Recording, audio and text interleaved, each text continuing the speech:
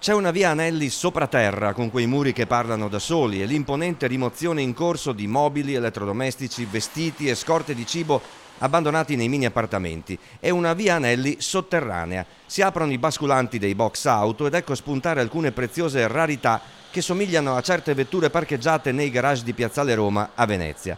Vecchie glorie delle famiglie italiane. Si va dal ceto medio-alto degli anni 60 del Novecento con la Fiat 1100, quella che aveva la leva del cambio sul piantone dello sterzo, al ceto medio-basso con la popolare e indistruttibile Fiat 600. Negli anni 70 e 80 si sprecavano gli emuli del drago dei rallye, Sandro Munari da Cavarzere, e per chi se la poteva permettere, ecco una sempre bella Lancia Fulvia HF, leggermente tamarrata per farla sembrare da auto di serie a vettura preparata proprio per i rallye.